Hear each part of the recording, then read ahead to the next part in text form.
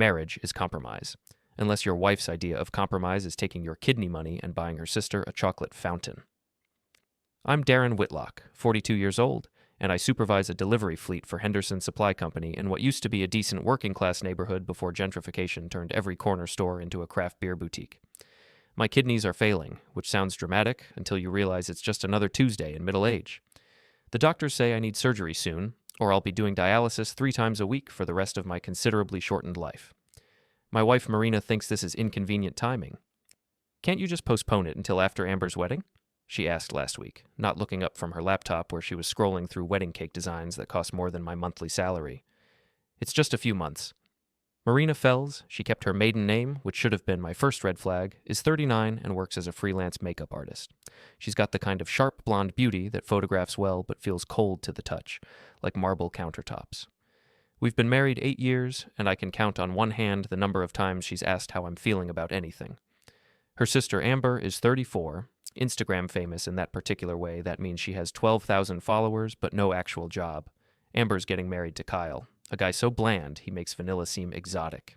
But according to Marina and her mother, this wedding is the social event of the decade. Darren, you don't understand, Marina said, finally looking at me with those ice blue eyes. This is Amber's dream wedding. She's been planning it since she was 12. And I've been planning to stay alive since I was born, I replied. Funny how priorities work. But Marina was already back to her laptop, muttering about flower arrangements and whether the bridesmaids' shoes were the right shade of blush pink. I've been feeling worse lately. Dr. Heller, my nephrologist, is a straight-talking woman in her 50s who doesn't sugarcoat anything. Darren, your kidney function is down to 28%. We need to schedule surgery within the next 6 weeks, or we're looking at emergency dialysis. How much will this cost? I asked, though I already knew the answer would hurt. With your insurance, probably $15,000 out of pocket. Maybe $20,000. $20,000. Good thing Marina and I have been saving in our emergency fund for exactly this kind of situation. We've got $23,000 tucked away in a savings account we both have access to. It took us 4 years to save that much, putting away $300 every month like clockwork. I came home from Dr. Heller's office feeling like I'd been hit by a truck. Marina was on the phone in the kitchen, her voice animated in a way it never was when she talked to me. Oh my God, Amber, that sounds perfect. The ice sculpture will be absolutely stunning. And the champagne fountain? Girl, you deserve everything beautiful. I walked past her to grab a beer from the fridge. As I popped it open, I heard Marina say something that made me freeze. Don't worry about the money, honey. I've got it covered. Darren won't even notice. He's so focused on his health drama right now. Health drama. That's what she called my kidneys shutting down. I stood there in my own kitchen, holding a Budweiser and listening to my wife dismiss my life-threatening condition as drama, while promising to cover wedding expenses I knew damn well we couldn't afford. The chocolate fountain alone is $3,000, Marina continued, but it's going to be so worth it for the photos. This wedding is going to be magazine-worthy. $3,000 for melted chocolate. I walked upstairs to our bedroom and sat on the edge of the bed we'd shared for 8 years. The same bed where Marina used to curl up against me and talk about our future, back when she still pretended to care about having one with me. My phone buzzed with a text from Jake Morrison, my best friend and coworker at Henderson Supply. Jake's been married to his high school sweetheart for 22 years, and they still hold hands at the grocery store. How'd it go with the doc? His text read. Surgery in 6 weeks or I'm screwed, I typed back.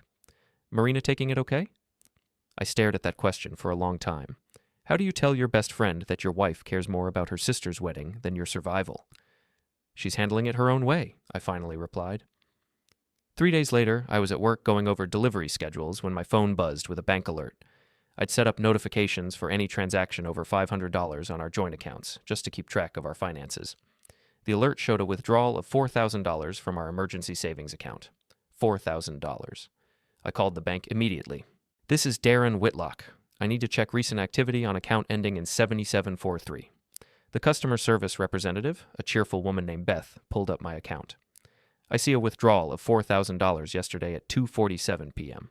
It was made using the debit card ending in 8829. Marina's card. What else has been taken out of this account in the past month? I asked, though I was starting to suspect I didn't want to know the answer. Let me see. There was a withdrawal of $2,000 on the 15th, another $1,500 on the 8th, and $800 on the 3rd, all using the same card. I did the math in my head. Marina had taken $8,300 from our emergency fund in 1 month. Our $23,000 nest egg was down to less than $15,000. Sir, are you still there? Yeah, I managed. I'm here. I hung up and sat in my office at Henderson Supply, staring at the delivery schedules on my desk. Outside, I could hear the rumble of trucks and the shouts of drivers loading up for their routes. Normal sounds of a normal workday in a world that suddenly felt like it was tilting sideways. My phone rang. Marina's name appeared on the screen. Hey, babe, she said, her voice bright and cheerful. I'm at the bridal shop with Amber and Mom. You won't believe how gorgeous her dress looks with the alterations. Marina, I said carefully, did you take money out of our savings account yesterday? There was a pause. When she spoke again, her voice had that edge it got when she was annoyed. It was just a little bit, Darren. Amber needed help with the venue deposit. $4,000 is not a little bit. Oh, please. We have plenty saved up. Besides, this is important. More important than my kidney surgery? Another pause. Longer this time. In the background, I could hear Amber's voice, high and excited, talking about boutonnieres. We'll figure out the surgery money, Marina said finally. But Amber's wedding is happening whether you like it or not. She deserves her perfect day. She hung up. I sat there holding my phone, listening to the dial tone and wondering when exactly my marriage had become a business arrangement, where I provided the money and Marina provided the spending. That evening, I came home to find Marina in the living room with her mother, Patricia, and Amber. They had wedding magazines spread across the coffee table and were drinking wine from the good glasses, the ones we got as a wedding gift and barely ever used. Darren! Amber jumped up and hugged me like we were old friends instead of reluctant in-laws. Marina told me about your little health thing. That's so scary. But don't worry, everything happens for a reason. My little health thing. Hi, Amber, I said. Congratulations on the wedding. Thank you. Oh my God, you have to see the photos from today. She shoved her phone in my face, scrolling through dozens of pictures of herself in a white dress that probably cost more than my truck. Isn't it just perfect? The beadwork alone took 6 months. It's very nice, I said. Patricia, Marina's mother, looked at me with the same expression she'd worn since the day I married her daughter, like I was a disappointing substitute for whoever she thought Marina should have ended up with. Darren, dear, she said in that fake sweet voice she used when she wanted something, I hope you understand how important this wedding is to our family. Amber has worked so hard planning everything. Worked so hard. Amber hadn't worked a real job in 3 years. She made money selling essential oils and posting sponsored content about teeth-whitening products. I understand it's important, I said. I just hope everyone understands that my surgery is important too. Of course it is, Marina said quickly, but she didn't look at me. We're all worried about you, honey, but the wedding is in 6 weeks and everything's already booked. 6 weeks, the exact timeline Dr. Heller had given me. I excused myself and went upstairs to our bedroom. Through the floor, I could hear the 3 women laughing and planning, their voices bright with excitement about flower arrangements and seating charts and all the beautiful details that were eating up my medical fund, one withdrawal at a time. I pulled up our bank account on my laptop and stared at the numbers. 15,000 left.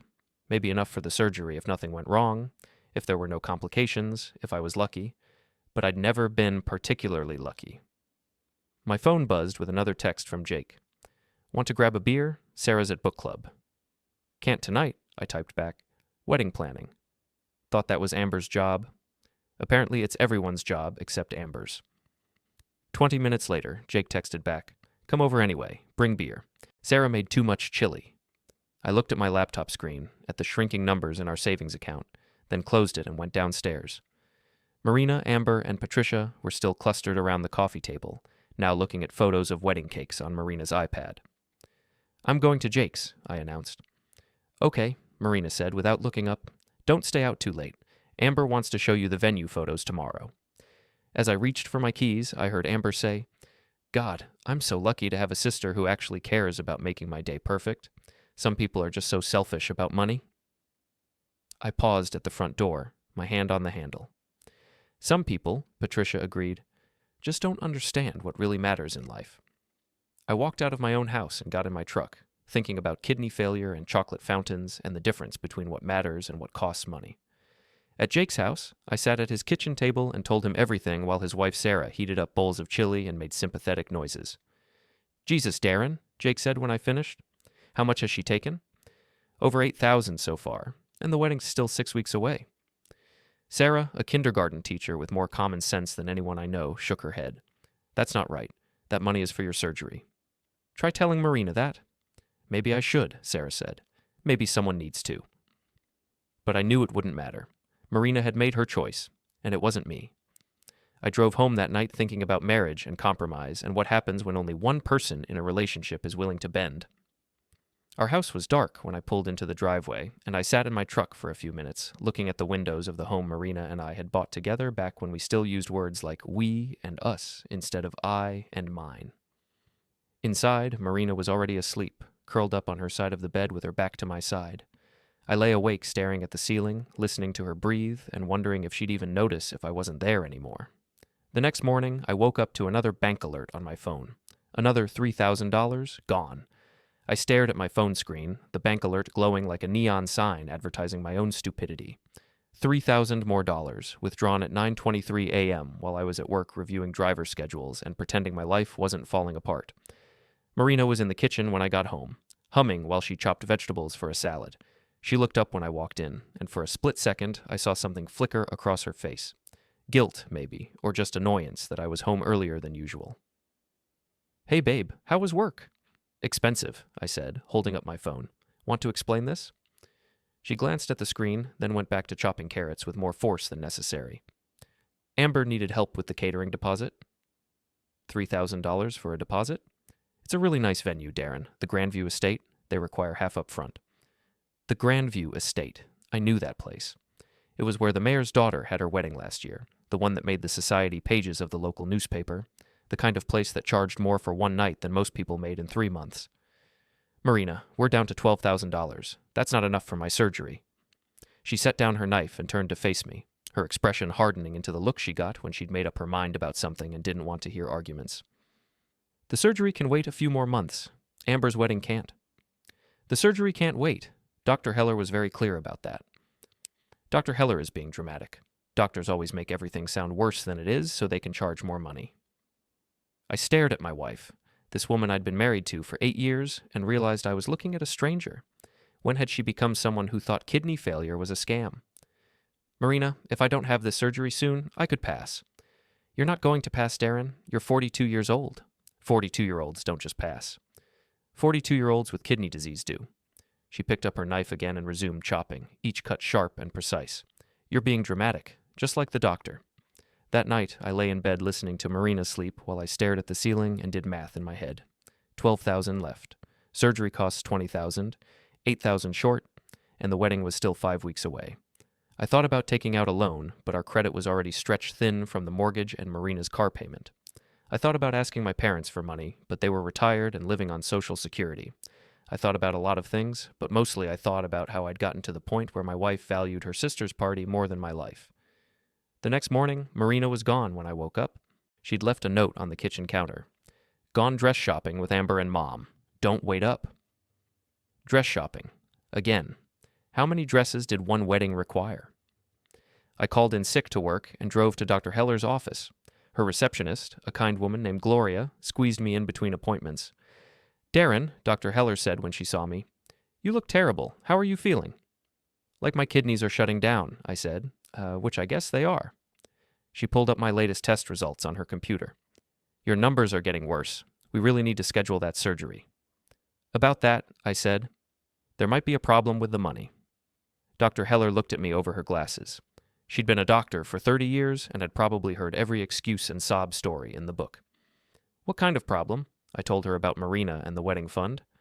Dr. Heller listened without interrupting, her expression growing more concerned with each detail. Darren, she said when I finished, I need you to understand something. This isn't a situation where we can just wait and see what happens. Your kidney function is declining rapidly. If we don't do this surgery within the next month, you're going to end up in the emergency room. What if I can't come up with the money? Then we'll figure something out. Payment plans, financial assistance, something. But we cannot wait for your wife to finish funding her sister's wedding. I drove home feeling like I was drowning. The house was still empty. Apparently dress shopping was an all-day affair. I sat at our kitchen table and called Jake. I need a favor, I said when he answered. Name it. Can you help me move some money around? I need to make sure Marina can't access our savings account. There was a pause. Darren, are you sure you want to do that? That's going to cause a hell of a fight. She's already caused a hell of a fight. She just doesn't know it yet. Jake came over that evening with Sarah and a bottle of whiskey. We sat in my living room, and I explained the situation while Sarah got increasingly angry and Jake got increasingly drunk. This is insane, Sarah said. Marina can't just steal your medical money for a party. It's not stealing, I said. It's our joint account. She has every right to that money. Legal right, maybe, Jake said, pouring himself another whiskey. But moral right? That's a different story.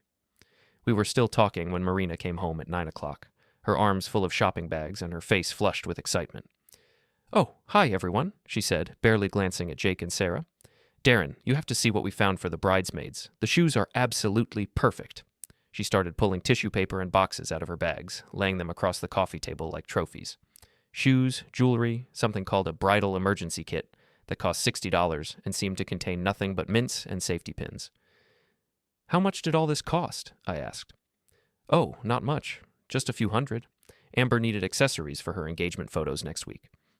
A few hundred. While I sat in a doctor's office being told I might pass if I didn't have surgery soon. Sarah stood up abruptly. I think we should go, she said to Jake.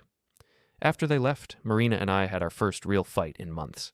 It started with the shopping bags and ended with her screaming that I was trying to ruin her sister's wedding out of jealousy. Jealous? I said. I'm jealous of a wedding that's bankrupting us. You're jealous because Amber is getting attention, and you're not. You're jealous because for once something isn't about you and your problems. My problems? Marina, my kidneys are failing. That's not a problem. That's a medical emergency. Everything is an emergency with you lately. Everything is life or passing. You know what? Some things are more important than your health anxiety. Health anxiety, that's what she called it now. I looked at my wife, standing in our living room surrounded by shopping bags full of wedding accessories, and realized that somewhere along the way I'd become the enemy in my own marriage. I'm sleeping in the guest room, I said. Fine. Maybe I'll actually get some rest without you tossing and turning all night, worrying about every little ache and pain. The next morning, Marina was gone again before I woke up. Another note on the counter. Venue walkthrough with Amber, back tonight. I called the bank and made an appointment to speak with a financial advisor. Her name was Lisa Chen, and she was probably younger than both Marina and me combined, but she listened to my situation with the kind of professional sympathy that made me feel like less of an idiot for letting things get this bad. Mr. Whitlock, she said, I can help you move your portion of the joint savings into a separate account, but I need to warn you that this is going to create problems at home. Bigger problems than not being able to afford surgery? That depends on your wife's reaction. We moved $8,000, my half of what was left, into a new account that only I could access. It wasn't enough for the surgery, but it was a start. That evening, Marina came home in a mood that seemed too good to last. She was practically bouncing as she told me about the venue walkthrough, about how perfect everything was going to be, about how Amber had cried happy tears when she saw the ballroom set up for a mock reception. You should have seen her face, Darren. She looked like a princess. That's nice, I said. The wedding planner thinks we might get featured in a magazine. Can you imagine?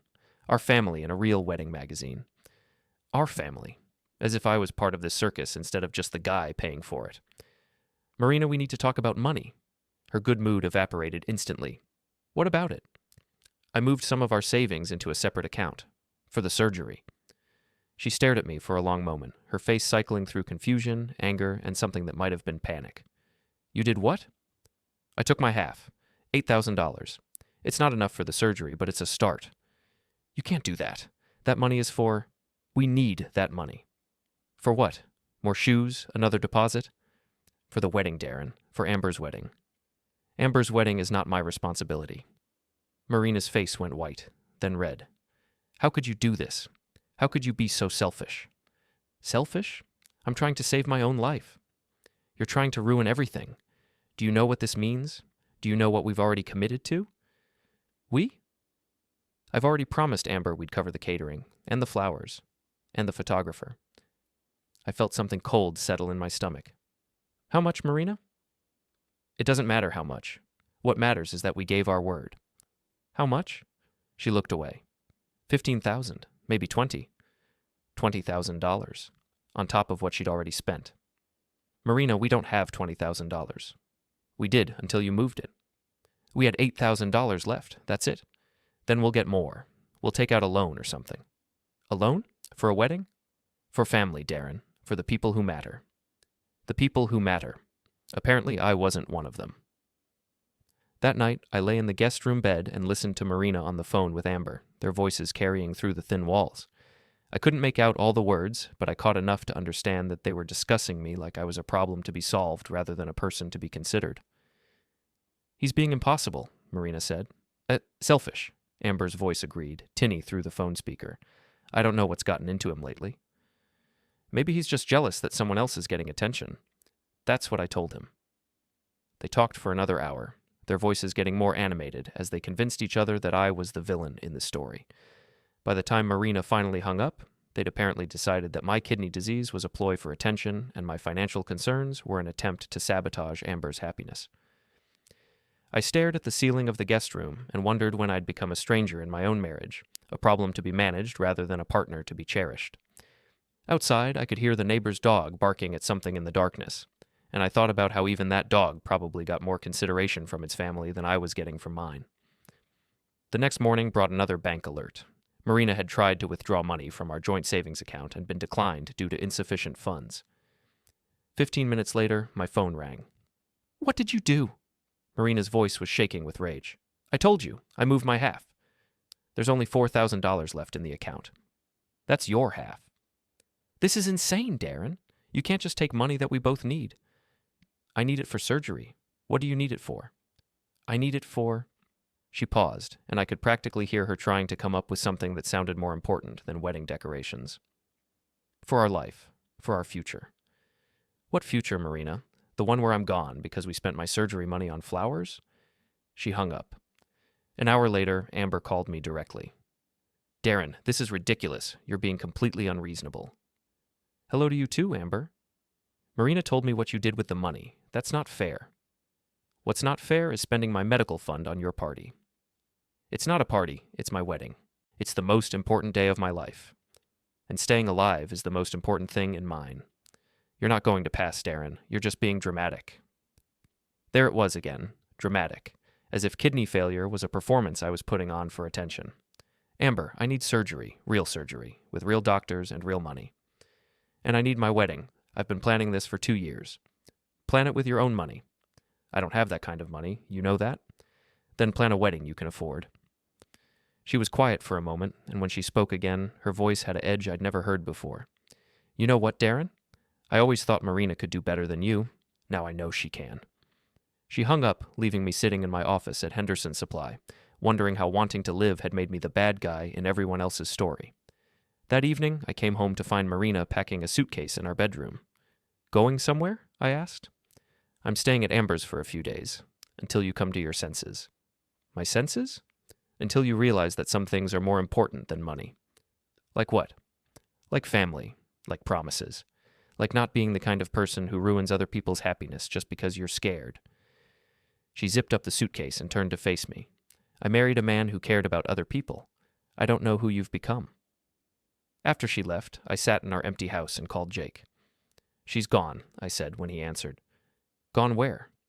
Amber's place. She says I'm ruining everyone's happiness. By wanting to live? Apparently. Jake was quiet for a moment. You know what, Darren?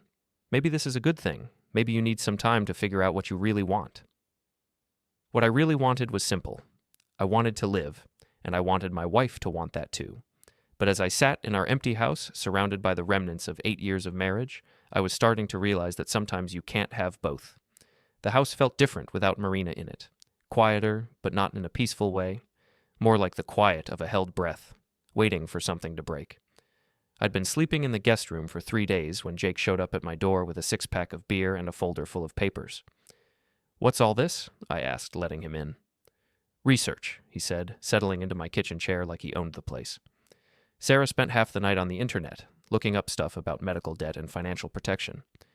He opened the folder and spread out printed articles and legal documents. Did you know that if you're facing medical bankruptcy, there are ways to protect your assets before you file? I'm not filing for bankruptcy. Not yet, but if Marina keeps spending like she has been, you might not have a choice. He pointed to one of the articles. Look at this. If you can prove that joint assets were misappropriated for non-essential expenses, you might be able to recover them. I picked up the article and scanned it. It was about a case in California where a man had successfully sued his ex-wife for spending their emergency fund on cosmetic surgery while he was facing cancer treatment. This is interesting, but Marina and I are still married. Are you? Jake asked. Because from where I'm sitting, it looks like she chose her sister over her husband. That night, I couldn't sleep. I kept thinking about the article Jake had shown me, about the man in California who'd fought back against financial betrayal. Around 2 a.m, I got up and called the number for a legal aid clinic that Sarah had written on one of the papers. I didn't expect anyone to answer at that hour, but the phone rang through to an answering service. I left my name and number and a brief explanation of my situation. The next morning, a lawyer named Patricia Tremaine called me back. She had a voice like gravel and a no-nonsense attitude that reminded me of Dr. Heller. "Mr. Whitlock?" she said after I'd explained the situation. "What your wife is doing might not be illegal, but it's certainly grounds for financial misconduct in a divorce proceeding. I don't want a divorce. I just want my surgery money back. Sometimes you can't have one without the other." She agreed to meet with me that afternoon at her office, a cramped space above a sandwich shop downtown that smelled like pastrami and legal documents. "Here's the thing," Ms. Tremaine said, leaning back in her chair. "Joint assets are joint assets. Your wife has every legal right to spend that money. But if you can prove that she spent it frivolously while you were facing a medical emergency, a judge might see things differently."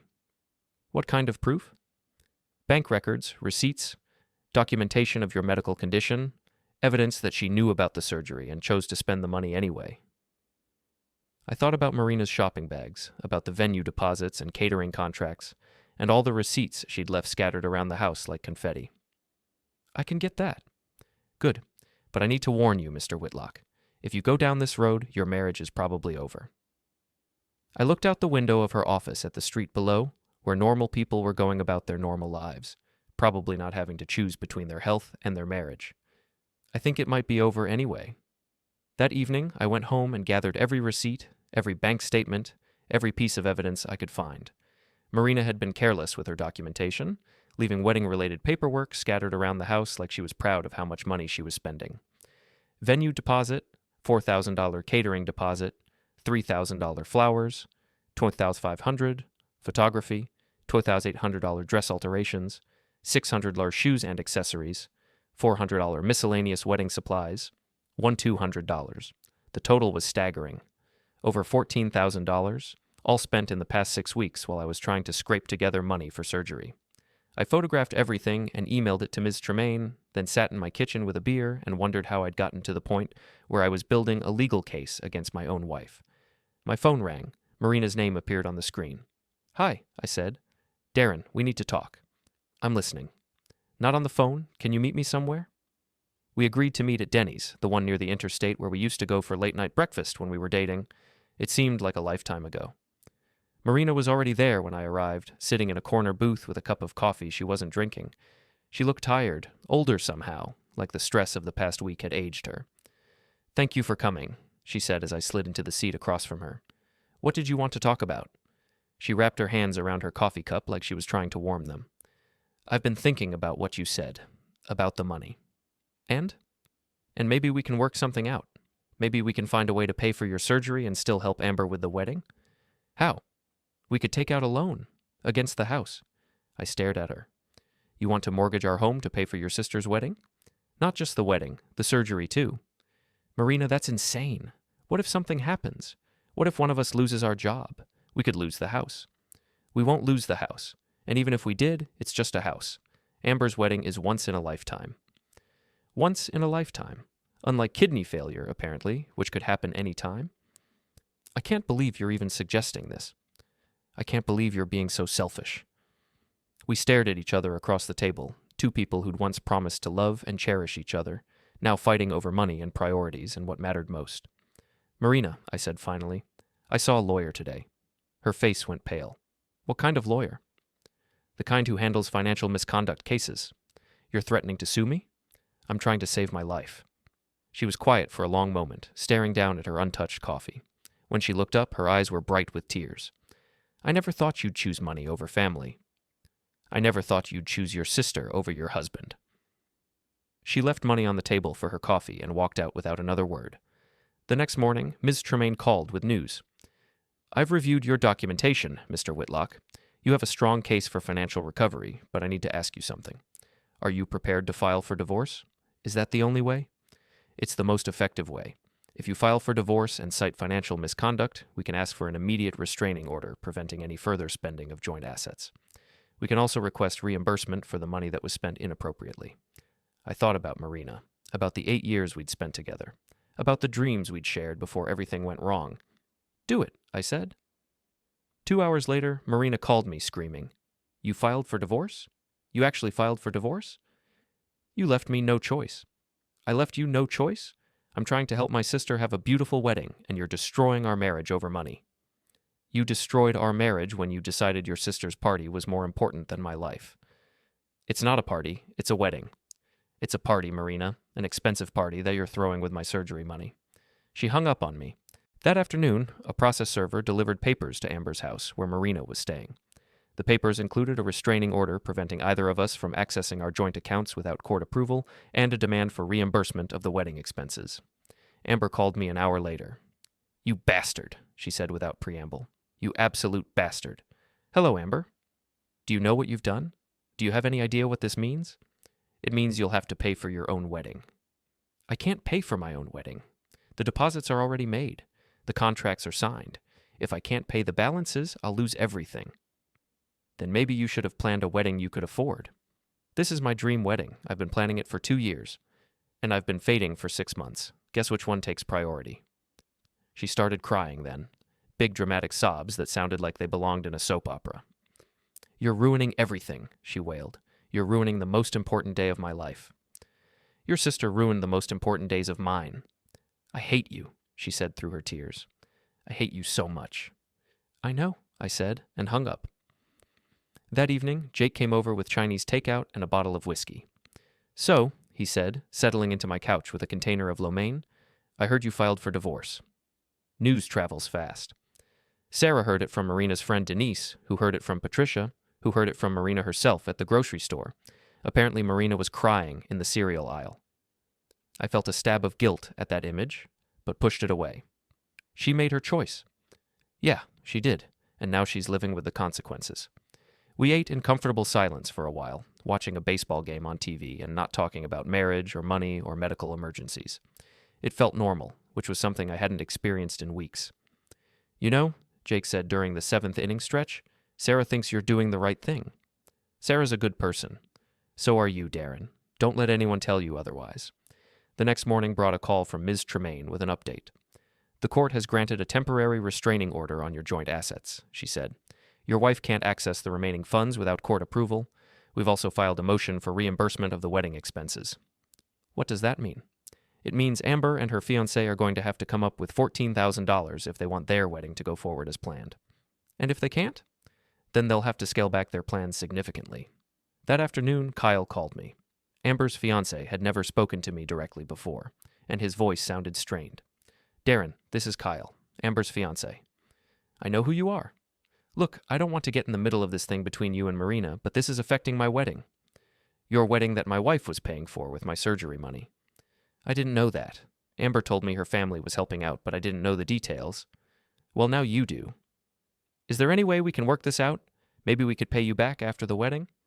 "With what money? Amber doesn't have a job." "I have a job." "Making what, $30,000 a year at the sporting goods store?" He was quiet for a moment. "Look, I know this is complicated, but Amber is really upset. She's been crying for 2 days straight." "I've been fading for 6 months straight. Come on, man, don't be like that." "Like what? Like someone who wants to live?" He hung up. That evening, Marina came to the house. She didn't knock, just used her key and walked in like she still lived there. I was in the kitchen making dinner when I heard the front door open. "Darren," she called, "in here." She appeared in the kitchen doorway, and I was shocked by how bad she looked. Her hair was unwashed, her clothes were wrinkled, and she had dark circles under her eyes like she hadn't slept in days. "We need to talk," she said. "I'm listening." "This has gone too far. The lawyers, the restraining order, all of it. This isn't who we are." "Who are we, Marina?" "We're married. We're supposed to work things out together." "I tried to work things out. You chose your sister." She sat down at the kitchen table, the same table where we'd eaten breakfast together for 8 years, where we'd planned our own modest wedding, where we'd talked about having kids someday. "I know I made mistakes," she said quietly. I know I spent too much money, but I was just trying to help Amber have a beautiful wedding. At the expense of my life. You're not going to pass, Darren. You're being dramatic. There it was again. Dramatic. Marina, my kidney function is at 22%. If I don't have surgery soon, I'll need dialysis for the rest of my life. That's not drama, that's medicine. Then we'll figure out the money. We'll take out a loan or something. We tried that conversation already. You wanted to mortgage the house. So what if I did? It's just money. It's not just money. It's our security. It's our future. What future? She asked, and for a moment her mask slipped. What future do we have if you're always going to choose yourself over my family? What future do we have if you're always going to choose your family over me? We stared at each other across the kitchen table, and I realized we were both asking the same question with different answers. I want to come home, she said finally. Then come home, but the restraining order stays in place and the divorce proceedings continue until this is resolved. You'd really divorce me over this? You'd really let me pass over this? She didn't answer. She got up from the table and walked to the front door, then turned back to look at me. I never thought you could be this cruel, she said. I never thought you could be this selfish, I replied. After she left, I sat in my empty kitchen and wondered if we were both right. The next morning, I woke up to 17 missed calls and 43 text messages. Word had gotten out about the divorce filing and the restraining order, and apparently I was now the most hated man in Marina's social circle. The messages ranged from disappointed, I thought you were better than this, Marina's friend Jessica, to outright hostile, you're a selfish piece of garbage, someone named Tiffany who I didn't even recognize. But the one that got to me was from Marina's mother, Patricia. I always knew you weren't good enough for my daughter. Now everyone else knows it too. I was reading through the digital hate mail when Jake called. Dude, you need to stay off Facebook today, he said without preamble. Why? Because Marina posted about the situation. It's not flattering.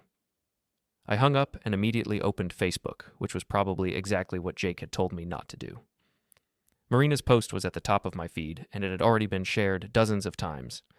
I'm heartbroken to share that my husband has chosen to abandon our family during one of the most important times in my sister's life. While we're trying to celebrate love and commitment, he's chosen lawyers and money over the people who matter most.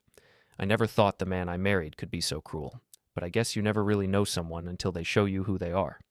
Please keep my sister Amber in your thoughts as she deals with this unnecessary drama during what should be the happiest time of her life. Family first. Heartbroken, stern, truth hurts. The comments were brutal. Friends, family members, and complete strangers were calling me everything from selfish to evil. Someone had even shared a photo of me from Marina's profile with the caption, "This is what a narcissist looks like." I closed Facebook and tried to focus on getting ready for work, but my phone kept buzzing with notifications. Finally, I turned it off completely. At Henderson Supply, I tried to lose myself in delivery schedules and inventory reports. But even there, the drama followed me. My coworker Steve, whose wife was friends with Marina, gave me cold looks all morning. During lunch break, I overheard him telling another driver that I was going through some kind of midlife crisis. The guy's wife is just trying to help her sister have a nice wedding, Steve said, and he's acting like it's the end of the world. I wanted to walk over and explain that it might actually be the end of my world, but I'd learned that people had already made up their minds about who was right and who was wrong in this situation. That afternoon, Ms. Tremaine called with an update that made my day even worse. Mr. Whitlock, we have a problem. Marina's attorney is claiming that the wedding expenses were necessary family obligations, not frivolous spending. Necessary? A chocolate fountain is necessary. They're arguing that as your wife's sister, Amber is immediate family, and that helping with wedding expenses is a reasonable use of marital assets. What about my surgery? They're claiming that the surgery isn't urgent, that you have other options like dialysis, and that you're using your medical condition to manipulate the situation. I sat in my truck in the Henderson Supply parking lot, staring at the phone in disbelief. They're saying I'm faking kidney failure? Not faking, but exaggerating the urgency for sympathy. Can they do that? They can argue it. Whether a judge will buy it is another matter. That evening, I came home to find my front yard decorated with toilet paper. Someone had also spray-painted "selfish" across my garage door in bright red letters. I called the police, but the officer who responded, a tired-looking man named Patterson, didn't seem particularly interested in investigating. Probably just kids, he said, looking around at the mess. You been having any disputes with neighbors? Not neighbors.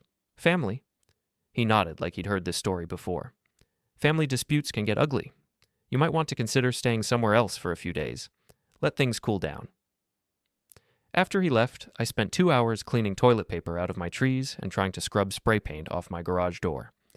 The paint didn't come off completely, leaving a faint red shadow that spelled out my apparent character flaw for the whole neighborhood to see. Jake showed up while I was still scrubbing. Jesus, Darren, who did this? Could be anyone. I'm apparently the most hated man in the county right now. He helped me finish cleaning up, and we stood in my driveway looking at the damage. You know, Jake said, Sarah thinks maybe you should fight back. Fight back how? Tell your side of the story. Marina got to control the narrative with that Facebook post. Maybe it's time people heard the truth. The truth is complicated. The truth is that you're fading and your wife spent your surgery money on a party. That's not complicated at all. That night, I lay in bed thinking about what Jake had said. Marina had painted me as the villain in her social media post, and everyone had believed her without question. Maybe it was time to set the record straight. The next morning, I created my own Facebook post. I've seen a lot of speculation about my personal situation lately, so I want to share the facts. I have kidney disease and need surgery within the next few weeks to avoid dialysis or worse. The surgery costs $20,000. My wife spent our $23,000 emergency fund on her sister's wedding expenses without discussing it with me, leaving me unable to afford the medical care I need to survive. I've asked for the money back so I can have surgery. That's the situation. I'm not trying to hurt anyone, I'm trying to live. Make of that what you will. I posted it and immediately turned off my phone, not wanting to see the responses. When I finally turned it back on 3 hours later, I was surprised to find that the reaction was mixed. While Marina's friends were still attacking me, other people were expressing support and shock that she'd spent medical money on a wedding. Dr. Heller had even commented, "As Mr. Whitlock's physician, I can confirm that his surgery is medically necessary and time-sensitive. Kidney disease is not something that can be postponed for social events." But the comment that surprised me most was from Kyle, Amber's fiancé. I had no idea the money came from Darren's medical fund. If I'd known that, I never would have accepted help with the wedding. This is messed up. That afternoon, Kyle called me directly. Darren, I saw your Facebook post. Is that really what happened? That's really what happened. Jesus. Amber told me her family was helping out because they wanted to. She never said anything about medical money. Did you think Marina and I were just rich? I don't know what I thought. I guess I didn't think about it at all. He was quiet for a moment, then said, Look, I love Amber, but this isn't right. If you need that money for surgery, you should have it. Tell that to your fiancé. I will. And Darren? I'm sorry. I had no idea. That evening, Amber called me, and she was furious. How dare you turn Kyle against me? She screamed into the phone. I didn't turn Kyle against you. I told him the truth. The truth? The truth is that you're a selfish bastard who's trying to ruin my wedding because you can't stand seeing other people happy. The truth is that you're a spoiled brat who thinks the world revolves around your party. It's not a party, it's my wedding. It's a party, Amber. A very expensive party that you can't afford. I shouldn't have to afford it. That's what family is for. Family is supposed to take care of each other. That includes not letting family members pass so you can have a chocolate fountain. She was crying now, but they sounded like angry tears rather than sad ones. I hate you, she sobbed. I hate you so much. You've ruined everything. I didn't ruin anything. I just stopped paying for it. She hung up on me, and I sat in my kitchen feeling like the worst person in the world, even though I knew I was just trying to survive. The next day brought news that the wedding venue had canceled Amber's contract due to non-payment. Without the deposits Marina had made from our savings account, and with no way to come up with the remaining balance, the Grandview estate had given the date to another couple. Marina called me, crying. They canceled the venue, she said through her tears. Amber's dream venue. They gave away her date. I'm sorry to hear that. Are you? Are you really sorry? Because you could stop this right now. You could drop the lawsuit and let us work something out. Marina, I'm going to pass if I don't have surgery. You're not going to pass. Stop saying that. Why won't you believe me? Because if I believe you, then I'm the worst wife in the world. The honesty of that statement hit me like a punch to the gut. Marina wasn't refusing to believe I was sick because she thought I was lying. She was refusing to believe it because accepting the truth would mean accepting that she'd chosen a party over her husband's life.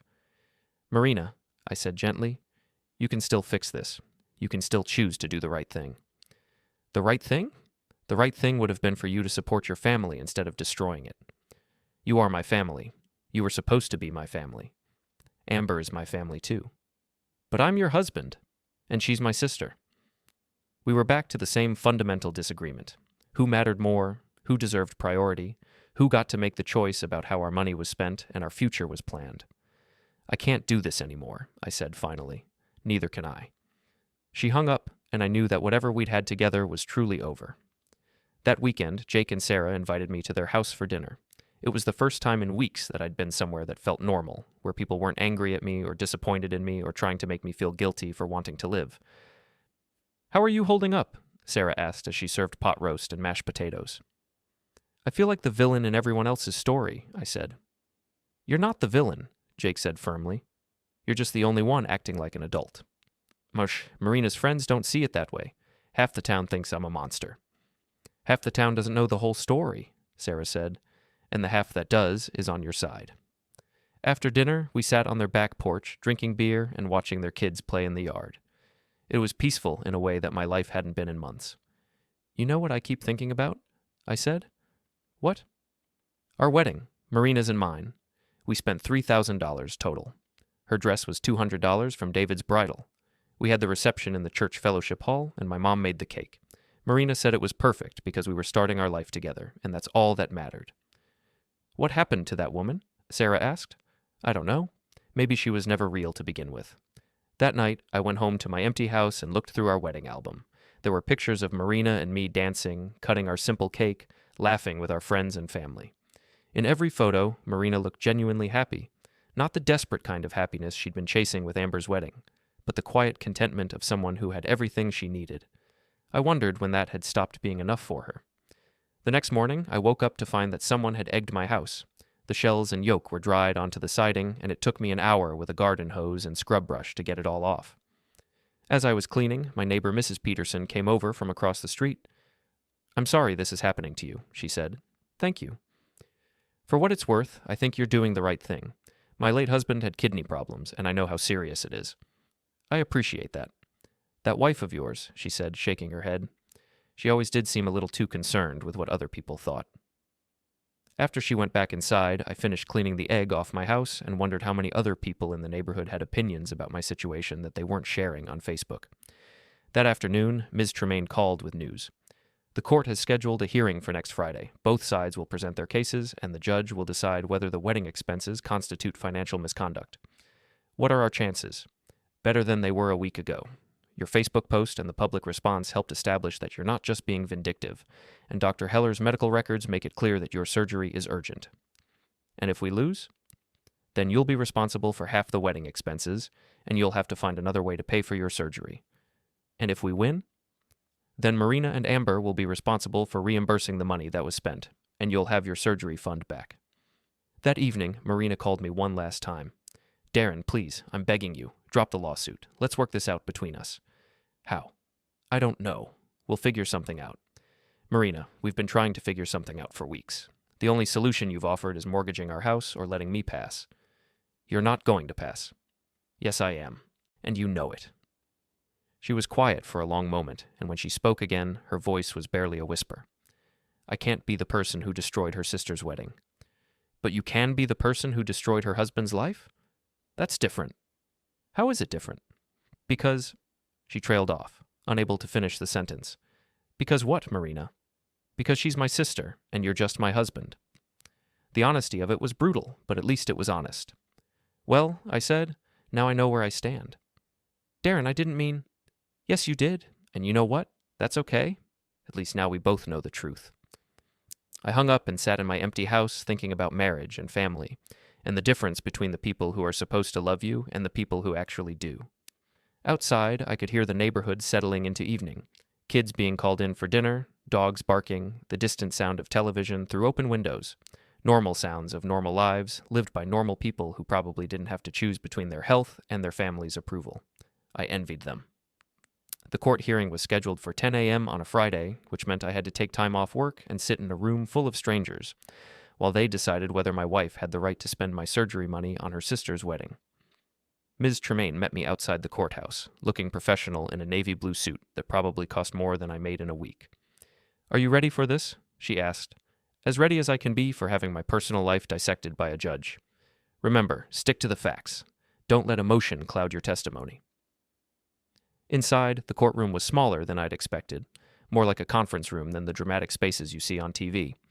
Marina was already there with her attorney, a slick-looking man in his 50s who kept checking his expensive watch like he had somewhere more important to be. Marina looked terrible. She'd lost weight, and her clothes hung loose on her frame. Her hair was pulled back in a messy ponytail, and she kept fidgeting with her wedding ring, twisting it around and around on her finger. For a moment, I felt sorry for her. Then I remembered why we were there.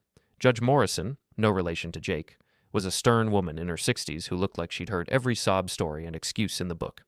She reviewed the case files while we all sat in uncomfortable silence. "This is a motion for reimbursement of marital assets," she said finally. "Mr. Whitlock, you're claiming that your wife misappropriated funds designated for medical expenses, is that correct?" "Yes, Your Honor." "And Mrs. Whitlock, you're claiming that the expenses in question were reasonable family obligations. Is that correct?" Marina's attorney stood up.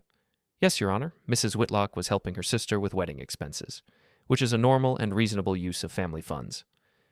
Even when those funds were specifically saved for medical emergencies?"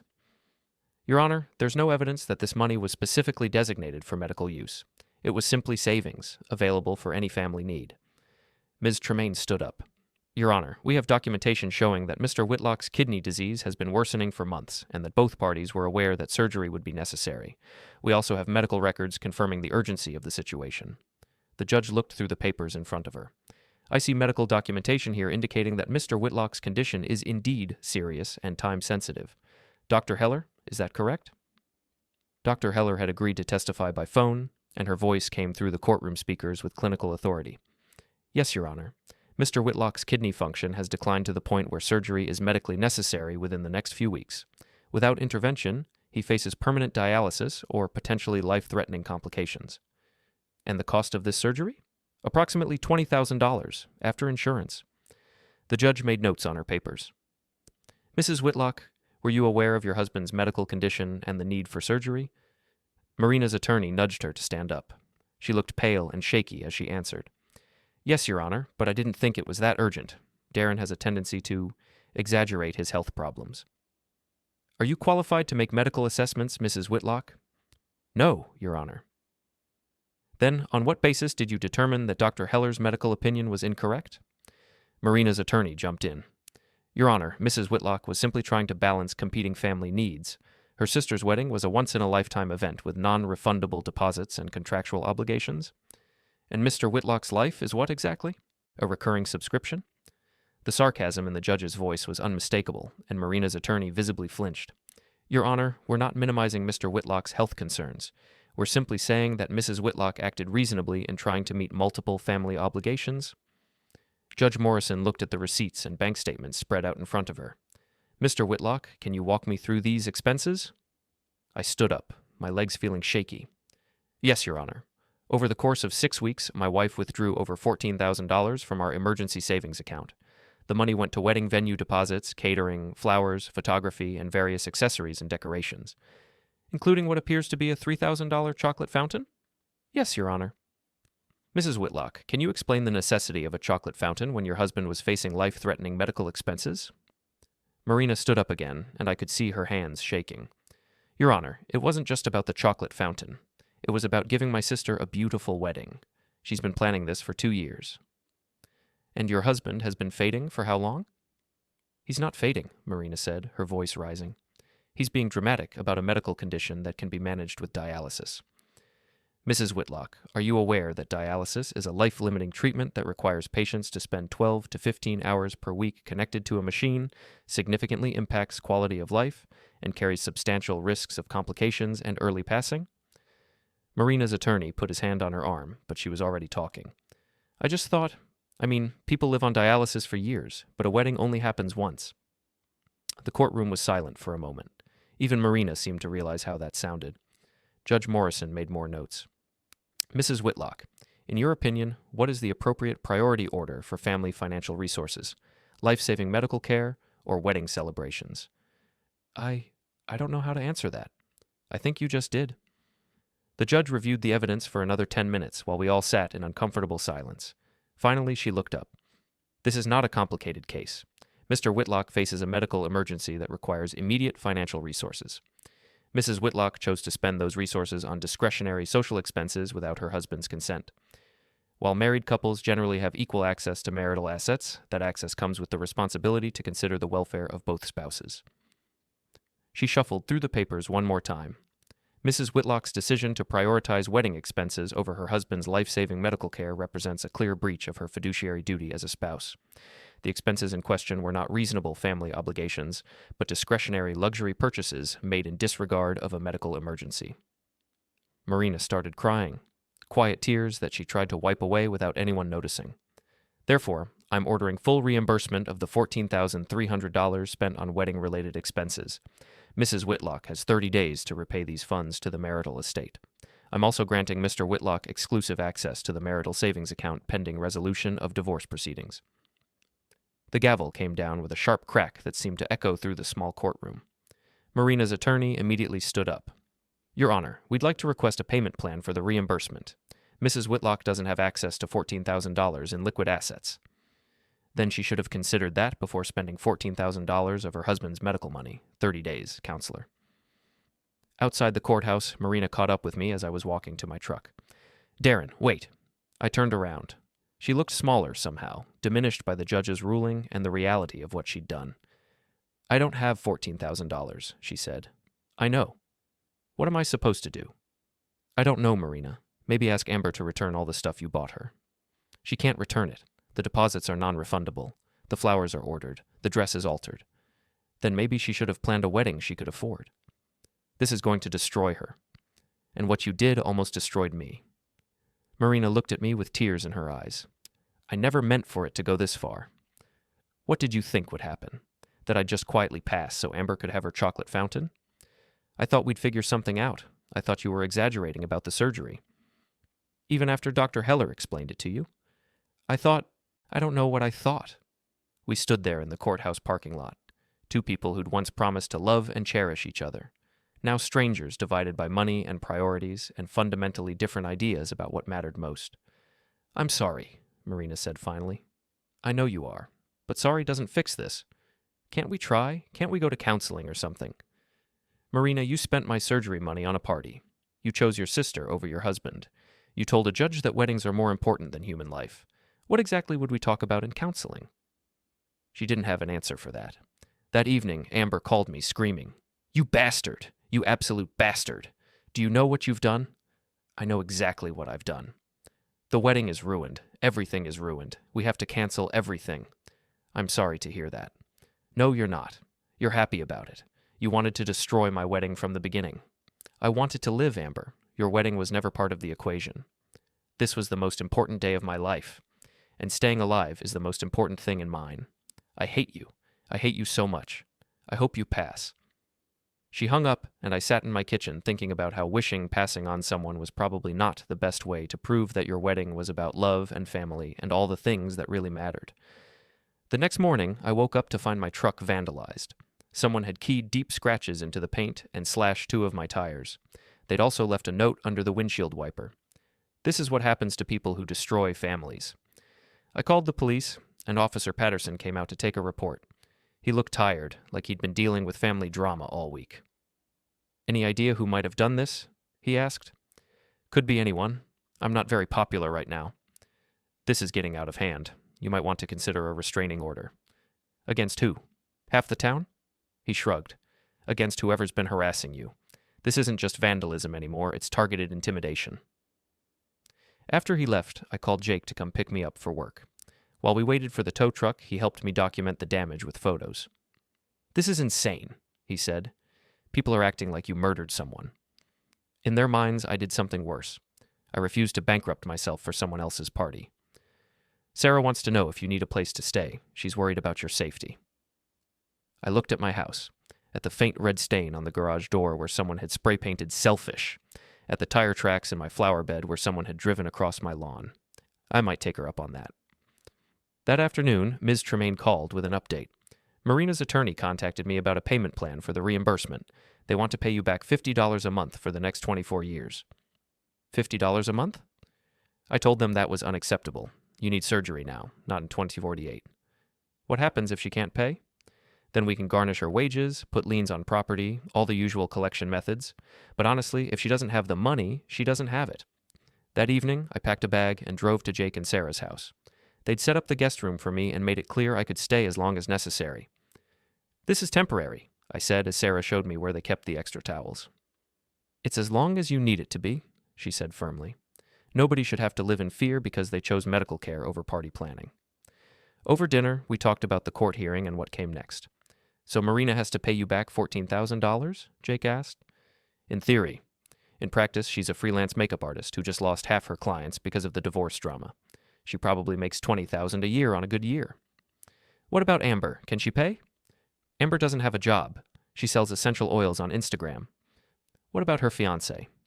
"Kyle works at a sporting goods store. He's a decent guy, but he's not exactly rolling in money." Sarah shook her head. "So you're legally entitled to the money, but there's no way to actually get it." "Pretty much." "That's not fair. Fair doesn't seem to be part of the equation anymore."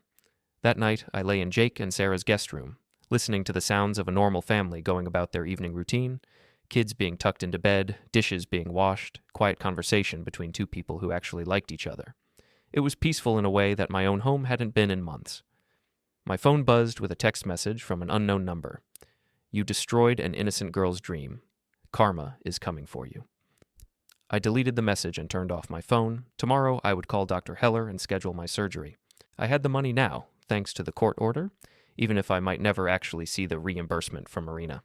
But tonight, I was just grateful to be somewhere safe, surrounded by people who thought that choosing life over luxury was a reasonable decision.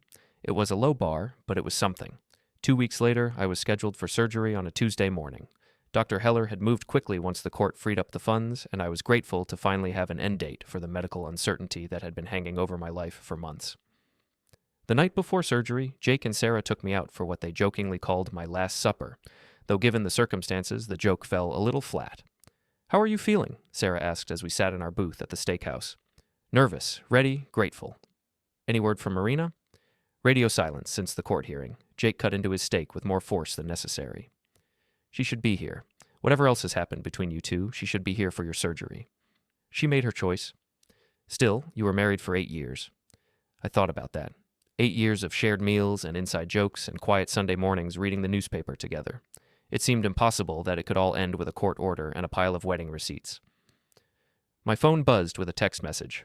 For a moment, I hoped it might be Marina, but it was from Kyle, Amber's fiancé. "Hey Darren, just wanted you to know I'm thinking about you tomorrow. Good luck with the surgery. I'm sorry about everything." I showed the message to Jake and Sarah. "At least one of them has some decency," Sarah said. "Kyle's a good guy. He just got caught up in Amber's drama." "What are they doing about the wedding?" "I heard they're having a small ceremony at Kyle's parents' house. Just immediate family potluck reception." "That sounds nice, actually. More personal. Try telling that to Amber." The next morning, Jake drove me to the hospital at 6 a.m. The pre-surgery routine was familiar by now.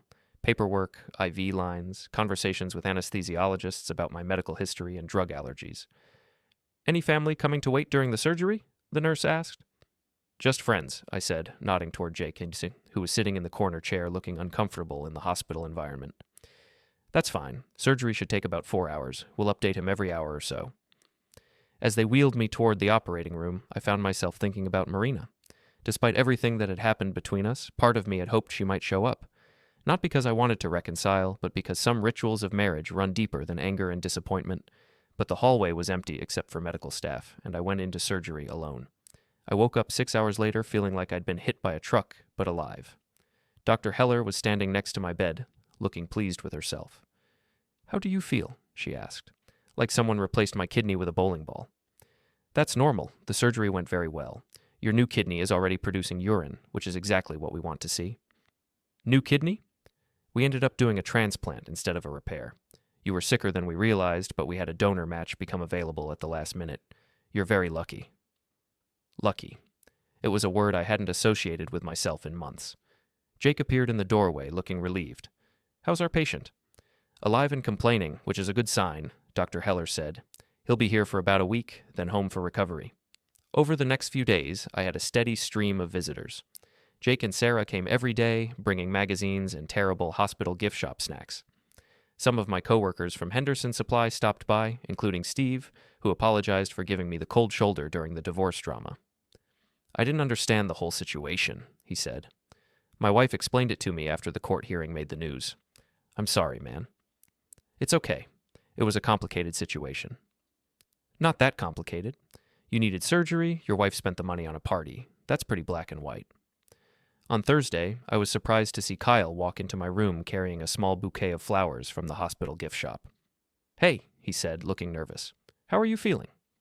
Better every day. Thanks for coming. I wanted to apologize for everything. I should have asked more questions about where the money was coming from. You didn't know. I should have known. When someone offers to pay for your wedding, you should probably wonder where they got the money. He sat down in the visitor chair, still holding the flowers like he wasn't sure what to do with them. How's Amber handling everything? I asked. Not well. She's been pretty angry since the court hearing. Angry at you, angry at Marina, angry at me for not taking her side. I'm sorry this affected your relationship. Actually, it's been kind of eye-opening. I've been seeing a side of Amber I didn't know existed. He finally set the flowers on my bedside table, next to a card from Jake's kids. We're still getting married, he said, but it's going to be very different from what she originally planned. Sometimes different is better. That's what I keep telling her. She's not convinced. What does she want to do? She wants to postpone the wedding until she can save up for the kind of celebration she originally planned, but that could take years, and honestly, I'm not sure I want to wait years to marry someone who thinks a party is more important than a marriage. That's a tough spot to be in. Yeah, but I guess everyone's in tough spots right now. After he left, I lay in my hospital bed thinking about marriages and priorities and what happens when two people want fundamentally different things from life. On Friday, Marina finally came to see me. She appeared in my doorway looking hesitant, like she wasn't sure she was welcome. She'd lost more weight, and her clothes hung loose on her thin frame. Hi, she said. Hi. How are you feeling? Better. The surgery went well. She nodded and stepped into the room, but didn't sit down. I brought you something. She held out a small wrapped package.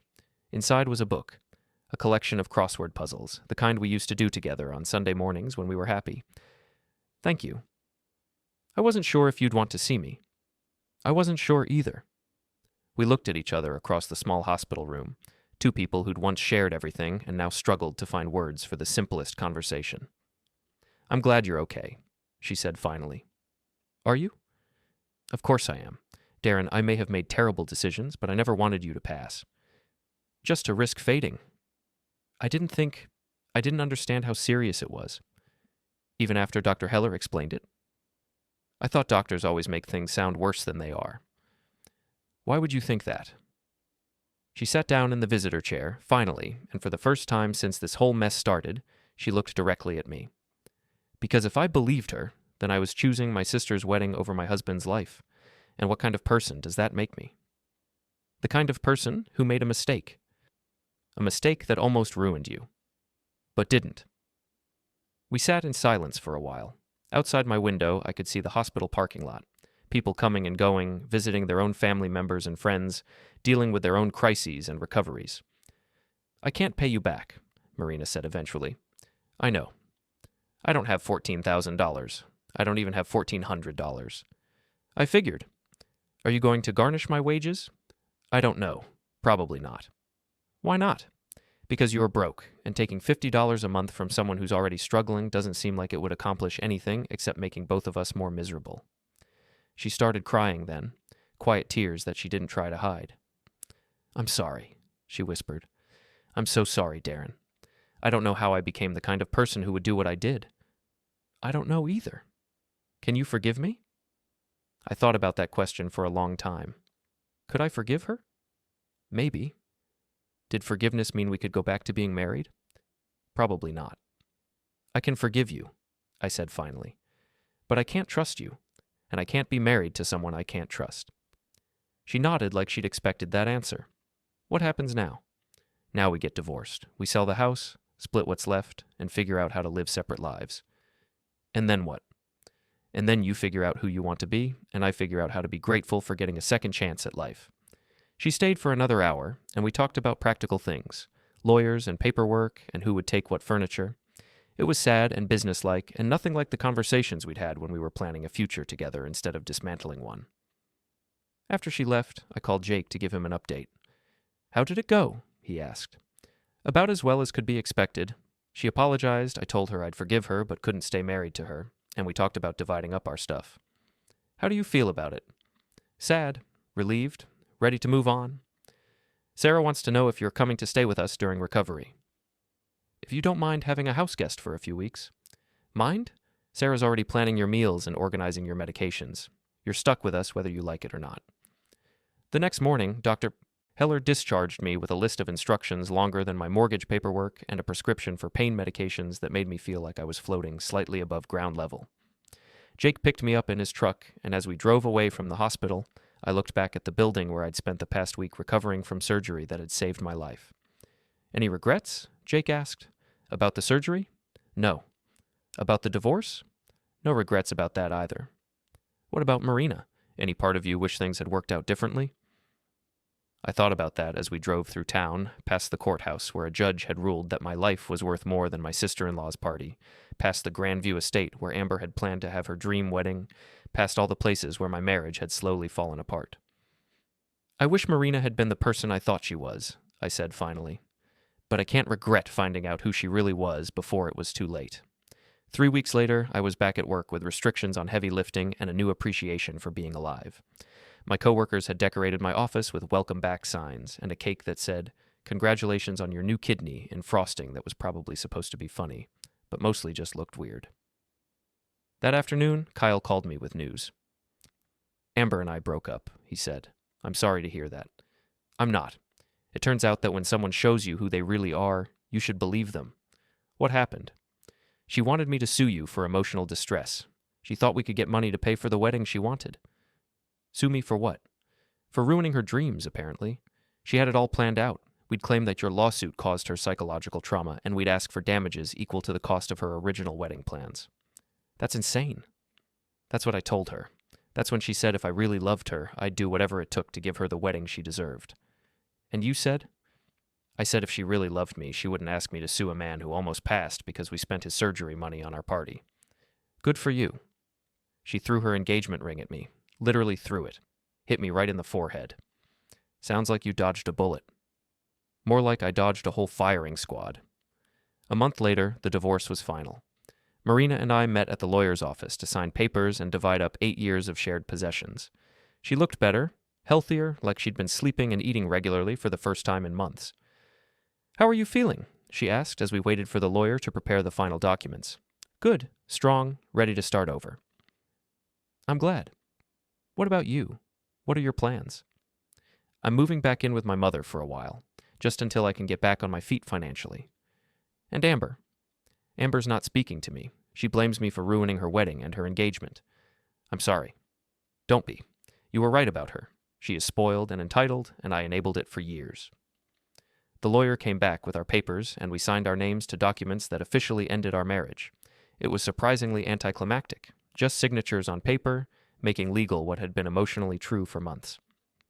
Outside the lawyer's office, Marina and I stood on the sidewalk, no longer married, no longer tied together by anything except shared history.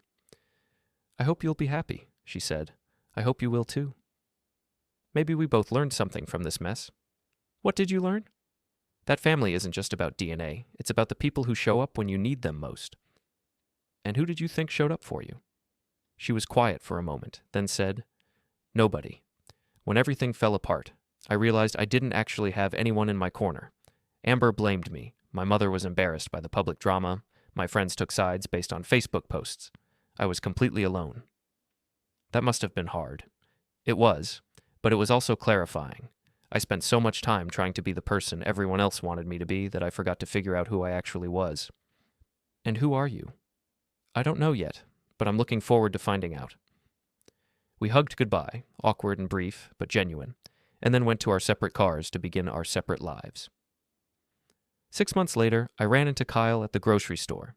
He was with a woman I didn't recognize, someone who looked comfortable in her own skin in a way that Amber never had. "Darren," he said, genuinely pleased to see me. "How are you feeling?" "Great, really great. How are you?" "Fantastic. This is Jennifer, my girlfriend. Jennifer, this is Darren, the guy I told you about." Jennifer shook my hand with a firm grip. "Kyle told me about everything that happened. I'm glad you're okay." Thank you. Whatever happened with the wedding money situation? Kyle asked. Marina never paid me back, but I didn't pursue it. She's broke, and I'm alive, so I figure I came out ahead. That's generous of you. It's practical. We chatted for a few more minutes about work and life and how strange it was that a canceled wedding had led to so many better outcomes for everyone involved. You know, Kyle said as we were saying goodbye, I never thanked you properly. For what? For showing me who Amber really was before I married her. I could have spent years married to someone who thought chocolate fountains were more important than human life. I'm glad something good came out of all that mess. Something good came out of it for you too, right? I thought about that as I drove home to the small apartment I'd rented after selling the house. It was quiet and peaceful, decorated with things I actually liked instead of things that looked good in other people's Instagram photos. I had friends who cared about my well-being, a job that paid the bills, and a second chance at life that I didn't take for granted. Yeah, I said. Something good came out of it for me, too. That evening, I called Jake and Sarah to thank them again for everything they'd done during the worst months of my life. You don't need to keep thanking us, Sarah said. That's what friends do. Not everyone would have done what you did. Then not everyone deserves to be called friends. I'm lucky to have you. We're lucky to have you, too. You showed us what it looks like to fight for your own life when everyone else has given up on it. I didn't feel like I was fighting. I felt like I was just trying to survive. Sometimes those are the same thing. A year later, I was healthy, happy, and dating a nurse named Rebecca who thought that choosing medical care over party planning was not only reasonable, but attractive in a man.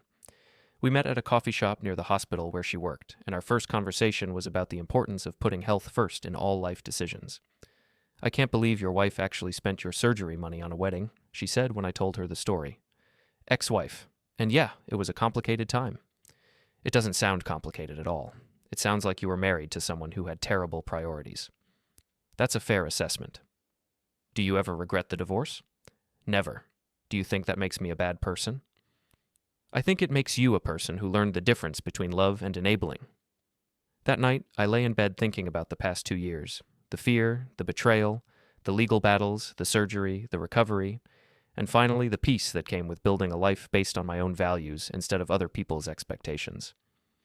My phone buzzed with a text from an unknown number. For a moment, I wondered if it might be Marina, but when I opened it, the message was from Amber. I heard you're dating someone new. I hope she knows what kind of person you really are.